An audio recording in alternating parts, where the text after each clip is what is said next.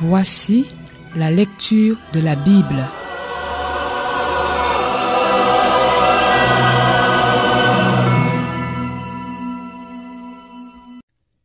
Matthieu, chapitre 5. À la vue de ces foules, Jésus monta sur la montagne. Il s'assit et ses disciples s'approchèrent de lui. Puis il prit la parole pour les enseigner. Il dit : Heureux ceux qui reconnaissent leur pauvreté spirituelle, car le royaume des cieux leur appartient. Heureux ceux qui pleurent, car ils seront consolés. Heureux ceux qui sont doux, car ils hériteront la terre. Heureux ceux qui ont faim et soif de la justice, car ils seront rassasiés.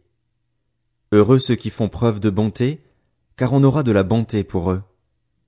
Heureux ceux qui ont le cœur pur, car ils verront Dieu. Heureux ceux qui procurent la paix, car ils seront appelés fils de Dieu.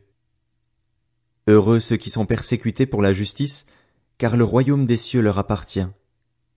Heureux serez-vous lorsqu'on vous insultera, qu'on vous persécutera et qu'on dira faussement de vous toutes sortes de mal à cause de moi. Réjouissez-vous et soyez dans l'allégresse, parce que votre récompense sera grande au ciel. En effet, c'est ainsi qu'on a persécuté les prophètes qui vous ont précédés. Vous êtes le sel de la terre. Mais si le sel perd sa saveur, avec quoi la lui rendra-t-on ? Il ne sert plus qu'à être jeté dehors et piétiné par les hommes. Vous êtes la lumière du monde. Une ville située sur une montagne ne peut pas être cachée, et on n'allume pas non plus une lampe pour la mettre sous un seau, mais on la met sur son support et elle éclaire tous ceux qui sont dans la maison. Que, de la même manière, votre lumière brille devant les hommes afin qu'ils voient votre belle manière d'agir et qu'ainsi ils célèbrent la gloire de votre Père céleste. Ne croyez pas que je sois venu pour abolir la loi ou les prophètes. Je suis venu non pour abolir, mais pour accomplir. En effet, je vous le dis en vérité, tant que le ciel et la terre n'auront pas disparu, pas une seule lettre ni un seul trait de lettre ne disparaîtra de la loi avant que tout ne soit arrivé. Celui donc qui violera l'un de ces plus petits commandements et qui enseignera aux hommes à faire de même sera appelé le plus petit dans le royaume des cieux. Mais celui qui les mettra en pratique et les enseignera aux autres, celui-là sera appelé grand dans le royaume des cieux. En effet, je vous le dis, si votre justice ne dépasse pas celle des spécialistes de la loi et des pharisiens, vous n'entrerez pas dans le royaume des cieux. Vous avez appris qu'il a été dit aux anciens : Tu ne commettras pas de meurtre. Celui qui commet un meurtre mérite de passer en jugement. Mais moi je vous dis, tout homme qui se met, sans raison, en colère contre son frère mérite de passer en jugement. Celui qui traite son frère d'imbécile mérite d'être puni par le tribunal, et celui qui le traite de fou mérite d'être puni par le feu de l'enfer. Si donc tu présentes ton offrande vers l'autel et que là tu te souviennes que ton frère a quelque chose contre toi, laisse ton offrande devant l'autel et va d'abord te réconcilier avec ton frère, puis viens présenter ton offrande.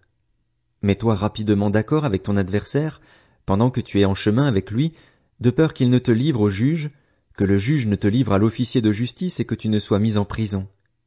Je te le dis en vérité, tu n'en sortiras pas avant d'avoir remboursé jusqu'au dernier centime. Vous avez appris qu'il a été dit, tu ne commettras pas d'adultère. Mais moi je vous dis, tout homme qui regarde une femme pour la convoiter a déjà commis un adultère avec elle dans son cœur. Si ton œil droit te pousse à mal agir, arrache-le et jette-le loin de toi, car il vaut mieux pour toi subir la perte d'un seul de tes membres que de voir ton corps entier jeté en enfer. Et si ta main droite te pousse à mal agir, coupe-la et jette-la loin de toi, car il vaut mieux pour toi subir la perte d'un seul de tes membres que de voir ton corps entier jeté en enfer. Il a été dit que celui qui renvoie sa femme lui donne une lettre de divorce. Mais moi, je vous dis, celui qui renvoie sa femme, sauf pour cause d'infidélité, l'expose à devenir adultère, et celui qui épouse une femme divorcée commet un adultère. Vous avez encore appris qu'il a été dit aux anciens : Tu ne violeras pas ton serment, mais tu accompliras ce que tu as promis au Seigneur. Mais moi je vous dis de ne pas jurer du tout, ni par le ciel, parce que c'est le trône de Dieu, ni par la terre, parce que c'est son marchepied, ni par Jérusalem, parce que c'est la ville du grand roi. Ne jure pas non plus par ta tête, car tu ne peux pas rendre blanc ou noir un seul cheveu. Que votre parole soit oui pour oui, non pour non, ce qu'on y ajoute vient du mal. Vous avez appris qu'il a été dit œil pour œil et dent pour dent. Mais moi je vous dis de ne pas résister aux méchants. Si quelqu'un te gifle sur la joue droite, tends-lui aussi l'autre. Si quelqu'un veut te faire un procès et prendre ta chemise, laisse-lui encore ton manteau. Si quelqu'un te force à faire 1 kilomètre, fais-en 2 avec lui. Donne à celui qui t'adresse une demande et ne te détourne pas de celui qui veut te faire un emprunt. Vous avez appris qu'il a été dit, tu aimeras ton prochain et tu détesteras ton ennemi. Mais moi je vous dis, aimez vos ennemis, bénissez ceux qui vous maudissent, faites du bien à ceux qui vous détestent, et priez pour ceux qui vous maltraitent et qui vous persécutent, afin d'être les fils de votre Père céleste. En effet, il fait lever son soleil sur les méchants et sur les bons, et il fait pleuvoir sur les justes et sur les injustes. Si vous aimez ceux qui vous aiment, quelle récompense méritez-vous? Les collecteurs d'impôts n'agissent-ils pas de même? Et si vous saluez seulement vos frères, que faites-vous d'extraordinaire? Les membres des autres peuples n'agissent-ils pas de même? Soyez donc parfaits comme votre Père céleste est parfait.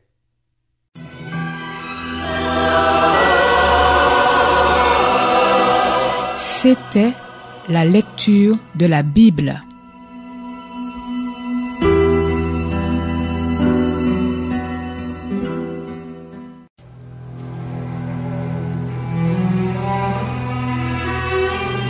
Voici la lecture de la Bible.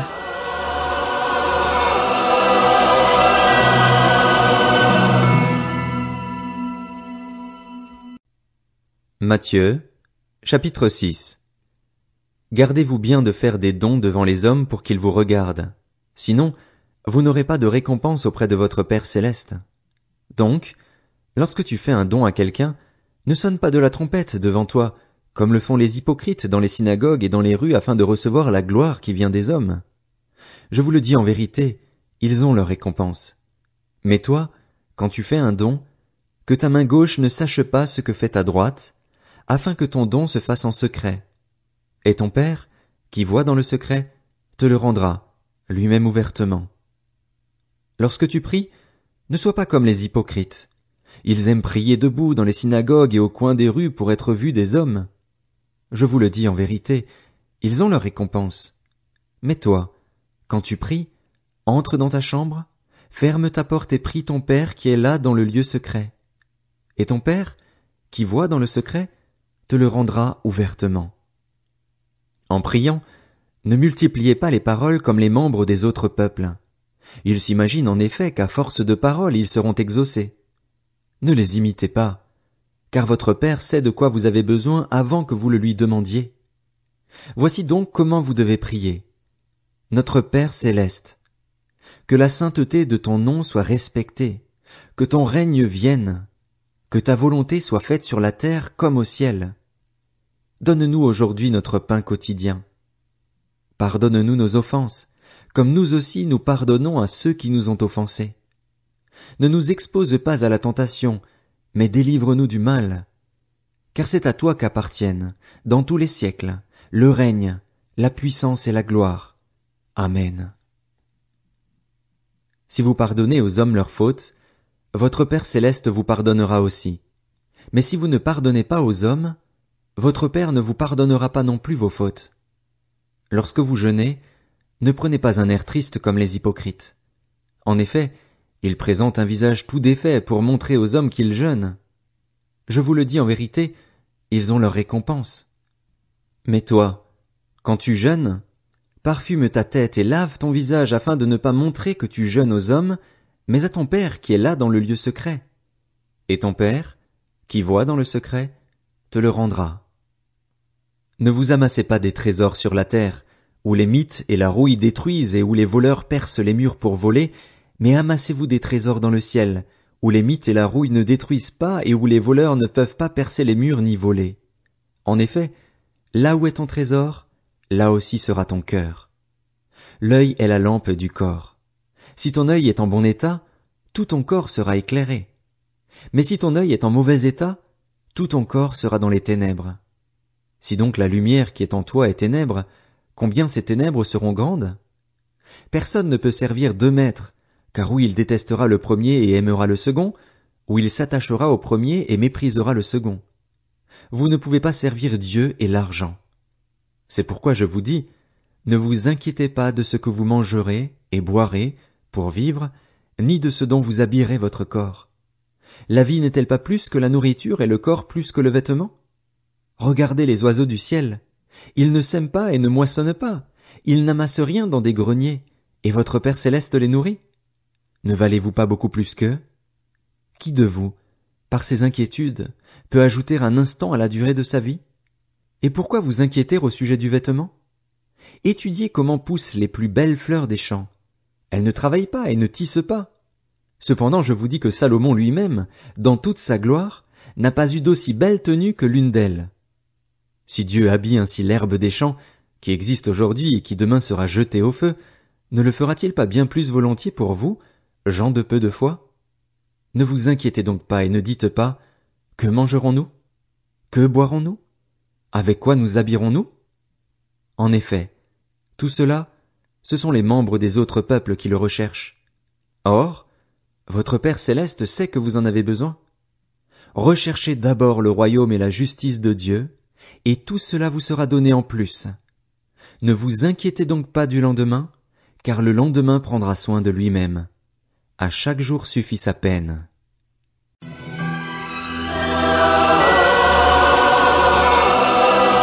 C'était la lecture de la Bible.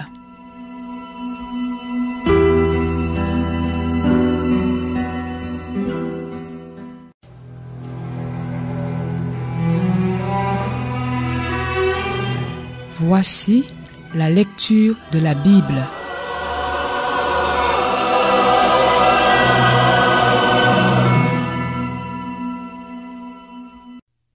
Matthieu, chapitre 7.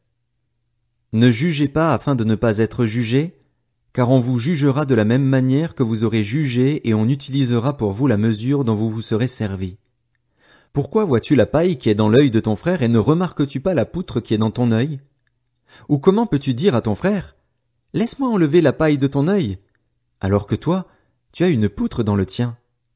Hypocrite, enlève d'abord la poutre de ton œil, et alors tu verras clair pour retirer la paille de l'œil de ton frère. Ne donnez pas les choses saintes aux chiens et ne jetez pas vos perles devant les porcs, de peur qu'ils ne les piétinent et qu'ils ne se retournent pour vous déchirer. Demandez et l'on vous donnera, cherchez et vous trouverez, frappez et l'on vous ouvrira. En effet, toute personne qui demande reçoit, celui qui cherche trouve et l'on ouvre à celui qui frappe.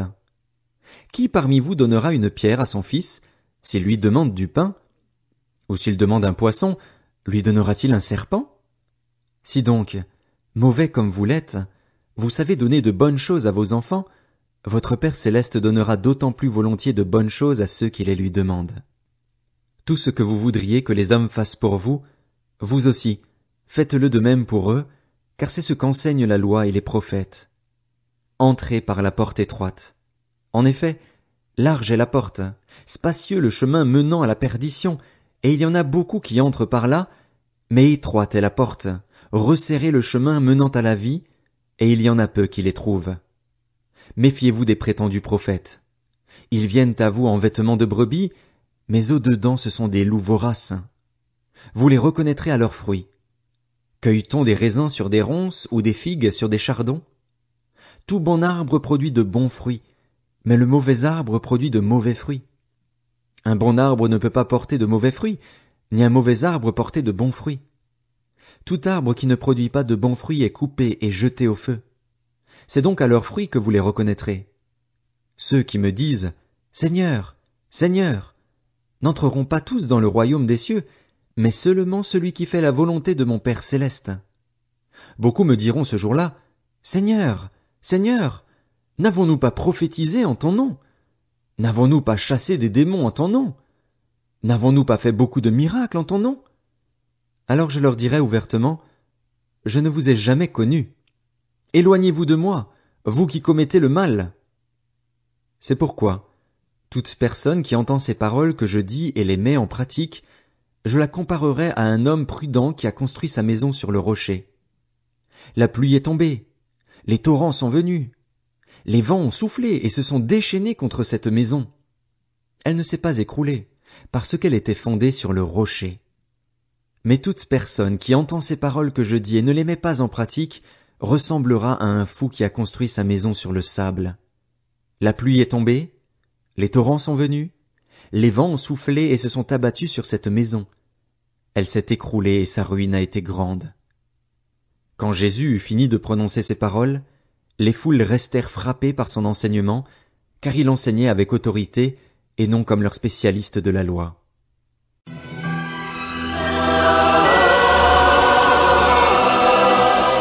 C'était la lecture de la Bible.